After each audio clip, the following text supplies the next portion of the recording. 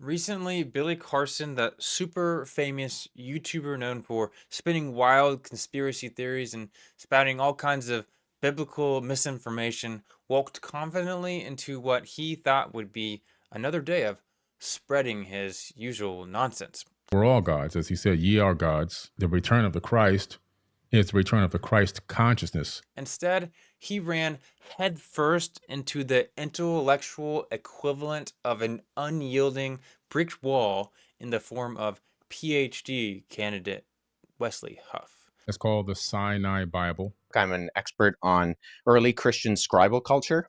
I actually have a facsimile. So I have a photocopy that was done by the British Library of Codex Sinaiticus that I work with in my office. You say that it denies the crucifixion or that the crucifixion isn't there. Its text of the Gospels reads almost identical to the modern Greek text that we develop translations from. Quote, I misquoted there. It's the Gospel of Barnabas. It's a known forgery. If you say it's a known forgery, yes, but I'm going to go with that. Their debate turned into a one-sided masterclass with Carson looking like he brought a plastic sword to a heavyweight championship fight. Since then, Billy said he's suing all kinds of people like the debate moderator who was his longtime friend, the video editor, Wes Huff, and all kinds of other unnamed people. Because defendant number one is going to be sued for $1 million. Billy even went on his own channel for a 3-hour live stream, giving off the biggest amount of cope that the internet has ever seen. He said Wes Huff has some type of mafia powers, was participating in gang violence, threatening him, sending him bots to harass him, and they're involved in a lot of organized gang-related crime. and a long list of other nonsense. Today, I wanted to talk about what is going on in Billy's noggin that not only makes him a bad Bible reader, but also explains why he literally sounds unhinged. I didn't sign a clothing deal with a clothing company. I own my own clothing company. Nice threads, too. My own watch. Sick. I was deathly ill. I actually almost died. This is a video of me speaking in Korean. 안녕하세요, 여러분. 저는 빌리 카슨입니다. 포비든. First, I want to start out with him threatening to sue. I mean, let's think of how silly this is. He goes on a debate, loses. Instead of admitting to looking bad, admitting he's wrong, he sues other people. How does that make any logical sense? He doesn't even need money. He's already rich. He even admitted that he's suing just to take their money. He wants to hurt them. And I don't care if I win or lose. I just want you to spend money. What could cause someone to do this, you might ask? Now, I am not an expert in neuropsychology, but I am a student in the mental health field that has spent a lot of time studying the topic, so I'll attempt to explain what is happening in his brain. See, Billy is feeling triggered. He has a very uncomfortable feeling. He feels like the world is ending, like something is being threatened. It's not exactly clear what he feels is threatened, but it could be his financial stability, his job, sense of control, sense of feeling educated, being liked by others, probably deep down, maybe even his self-worth. But none of these are conscious thoughts for him. He's not thinking, oh, I feel like my fame and fortune are at risk here. These are all subconscious thoughts that we'll dive into more later. If anything, he reads those headlines of YouTube thumbnails saying he got debunked and that he's being canceled, and he will actually tell himself, I'm not at risk of losing my popularity. I am rich. I'm still famous. Like, he literally tells himself he is rich and famous in the video. Like, that has anything at all to do with his debate with Wes Huff. This should help explain why he's doing such irrational things. On a neurological level, I'd be willing to bet that he has previous trauma that is triggering him. To explain this, we have to explain how trauma works and the origin. This might take a second to explain, but it'll be worth it. Let's pretend there's a kid in middle school. We're going to call her Susie. One time, she had a traumatic experience during a class presentation. She forgot what to say and stood frozen in silence while her classmates laughed, whispered, and made rude comments.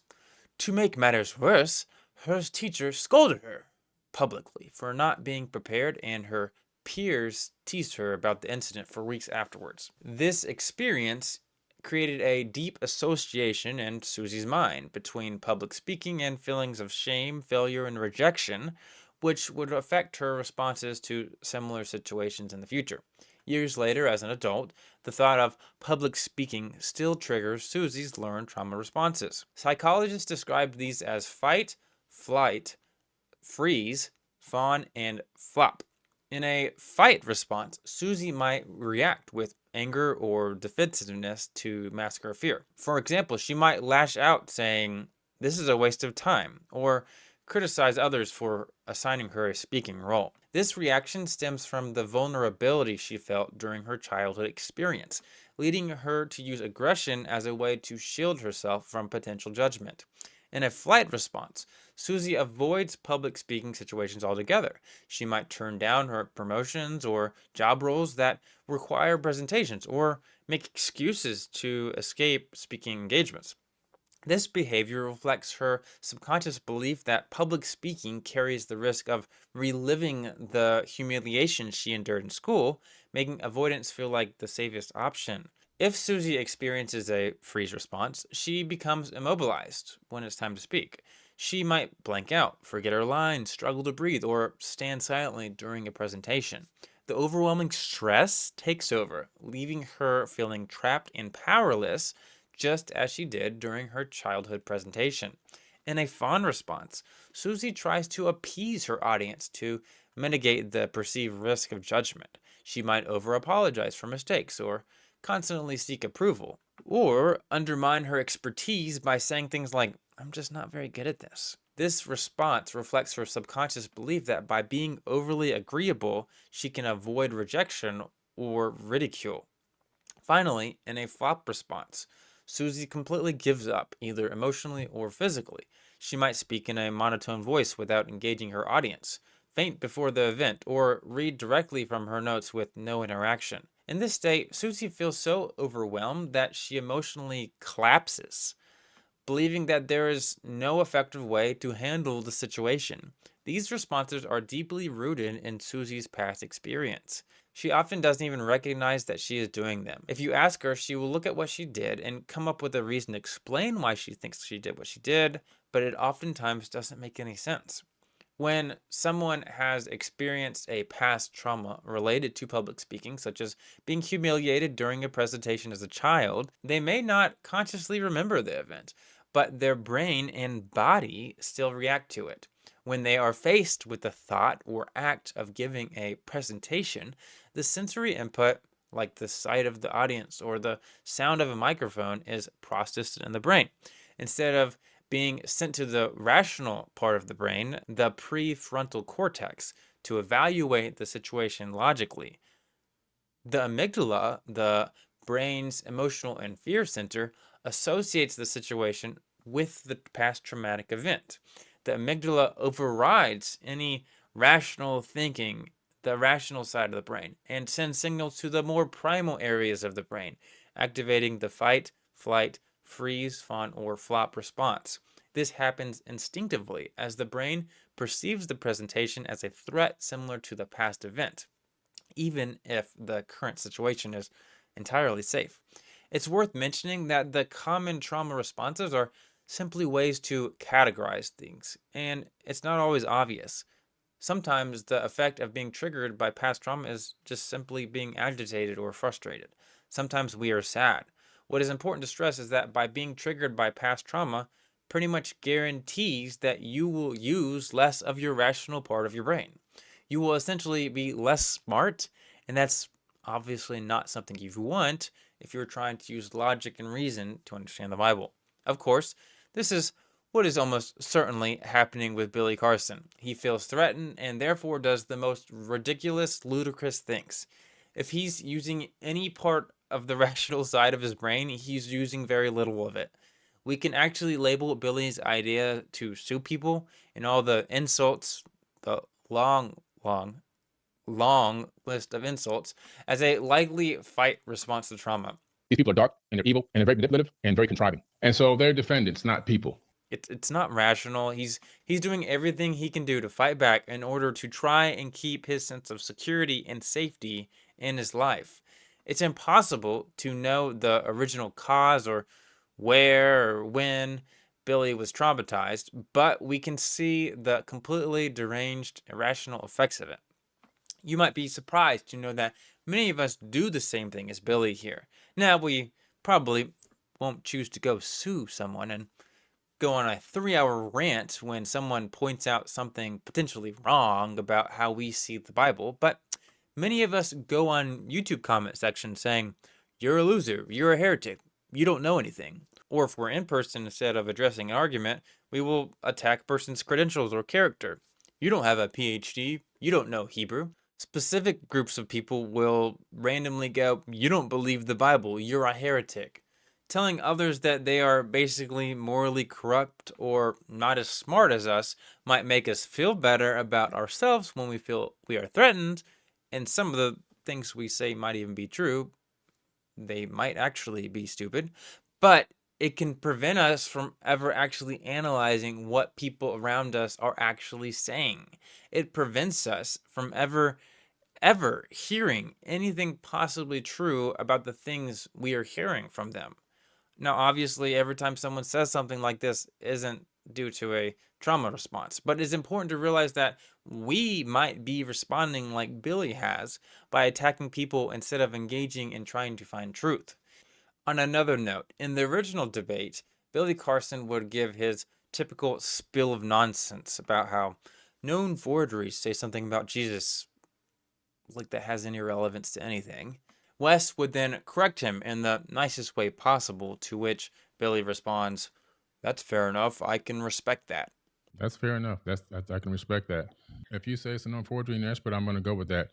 As if he agrees and then goes on to a different topic. Later, in Billy's 3-hour cope session, he listed random facts about the forgeries he referenced, which have no relevance to anything. So, on one hand, he says, "That's fair enough, I can respect that." But on the other hand, he does not give him that. He doesn't actually respect it. This one is a bit speculative, but if we look at why Billy says, "That's fair enough, I can respect that," as if he agrees, I can definitely see a high potential of Billy feeling threatened because he was challenged and therefore had a flight trauma response. My guess is that Billy couldn't think of how to respond, felt uncomfortable, and therefore just changed the conversation and the debate. And then in his 3-hour video, that was his way of attempting to verify Billy's original claim. It's also possible he was saying, "That's fair enough, I can respect that," as if he agrees, as a fawn response. Remember that to fawn is to basically say, yeah, I agree, whatever, just to resolve the situation, just to get you out of that uncomfortable situation. See, if you watch his 3-hour video, he obviously thinks whatever he originally said still had some relevance, as silly as that is. What Billy doesn't do is that he never goes back and addresses what Wes actually said. I don't think this is simply Billy not understanding what Wes said. I think dealing with the arguments that go against what Billy thinks make him really uncomfortable, and anything that verifies what Billy says makes him feel confident and scared. So he just goes with what makes him feel good and avoids everything that doesn't. In other words, if he's understanding anything Wes said, he's avoiding it, or he's just not listening, or he's just thinking of other things. He's thinking of absolutely anything that can get him out of accepting the fact that he might have been wrong about something. As I said, I could be wrong, but this is certainly what often happens with the conspiracy theory, ancient alien type of people like he is. Why this is important to talk about is that it is impossible to have a strong understanding of the Bible if you do the exact same thing Billy probably is doing here, where he is avoiding everything that disagrees with him. None of us were taught a perfect understanding of the biblical text, so we will naturally need to be able to interact with people we disagree with, or we will never know what we are wrong about. Now you might think, well, that view is ludicrous anyway, so I don't need to talk to them. That might be true, but if the way we come to that conclusion is relying on using a brain that isn't using fully rational thinking, then it can be really difficult to actually know if that's something we need to listen to. If we are emotionally triggered, we are guaranteed to be worse at critical thinking. So naturally, this is something we need to make sure we are aware of if we are avoiding conversations. A huge thing Billy does that makes him a terrible Bible reader is that he confuses feeling good about himself with actual truth. Some things are obvious, like how he chooses views that the only reason anybody would ever accept it is if someone got a good feeling from believing it. Other things are how he repeatedly reminds himself he's rich to give him a false sense of being right about being smart and winning the debate. He calls himself the king, the goat in his video. He also tries to make himself feel good by saying that the money he gets from suing will go to build homes for homeless people. All of these distract from the topic. All of these allow him to avoid discussing the actual topic at hand. In the 3-hour video, Billy says all kinds of silly nonsense, trying to portray himself as the one who was taken advantage of and betrayed.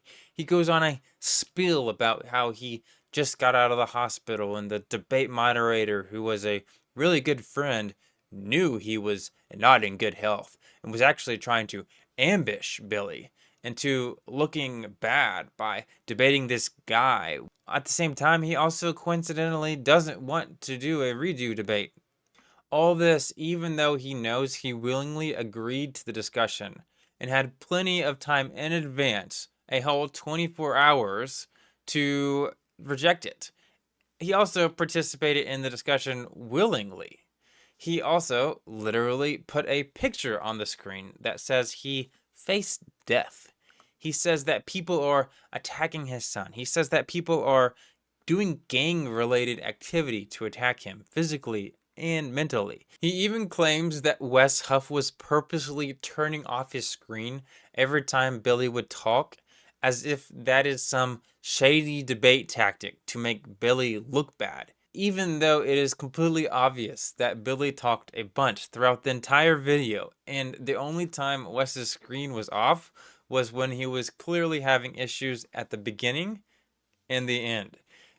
He wants people to think he's the victim in all of this, and at the same time flaunting his large amount of views, casually mentioning how he has an elevator in his house, repeatedly mentioning how he's just so rich that nobody can take him down.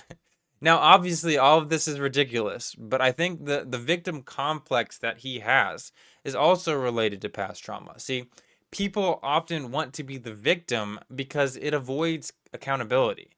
This would be considered a flight trauma response because it distracts Billy from how uncomfortable he is about how badly he possibly looks. I say possibly because someone in Billy's circumstance does not allow himself to critically think about his shortcomings. Him making mistakes is too hurtful for him, so that he avoids anything that could have possibly been a mistake. He would never think that he was wrong about something because it would hurt him too much to accept that. I'm sure we've all been in this place where we can't manage to even consider that we are wrong. That's a big reason so many people don't want to listen to people they disagree with. Instead of acting like a victim, we need to be able to notice when we've possibly been wrong and learn from it. It will be difficult and painful, but it will be much better than looking like Billy does. Another thing I wanted to point out is that it seems a big reason Billy did all this shenanigans, this craziness, is because he feels embarrassed or stupid. He couldn't rebut Wes in the debate, so he felt hopeless. Being embarrassed or feeling stupid is oftentimes a big trigger for past trauma when talking with people, and it oftentimes shows up in theological debates. If I have a high view of myself as someone who's studied my whole life, and if I get all of this praise and glamour and popularity for being someone that's just so smart, and then I come across someone in public who knows more about it than I do, I might feel like I've wasted my life or I'm not as smart as I was. I might feel like a failure. I might not feel as valuable as I thought I was. See, Billy didn't touch on the topic, but I can't not think that this probably affected him.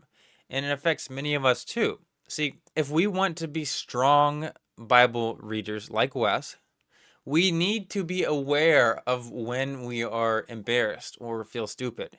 Yeah, it sucks, but we will miss out on a lot of truth if we try and change the subject, attack the person, play victim, or pretend to agree with him just to get out of a conversation.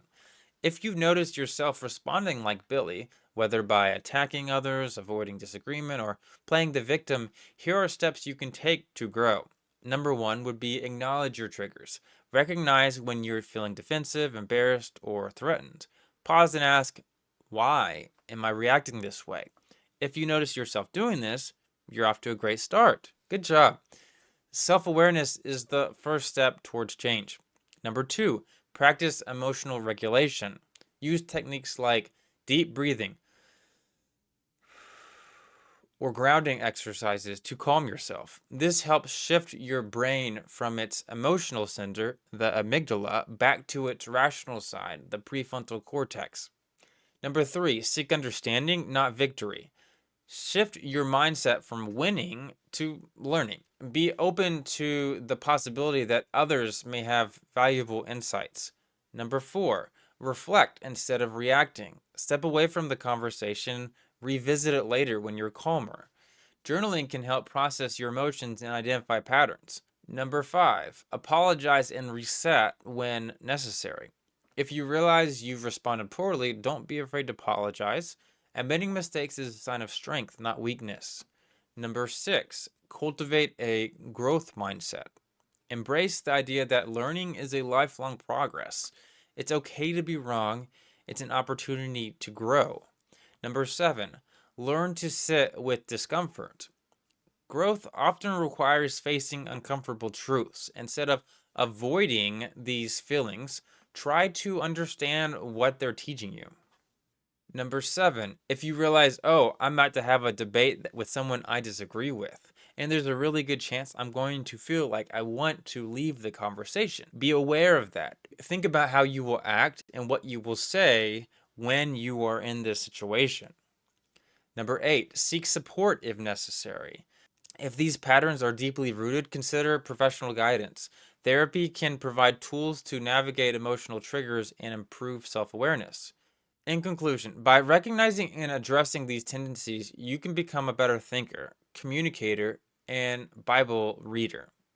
Growth requires humility, courage, and self-compassion. Instead of following Billy's example of denial and defensiveness, choose to embrace the discomfort of growth. It will transform not only your understanding, but also your relationships and overall character.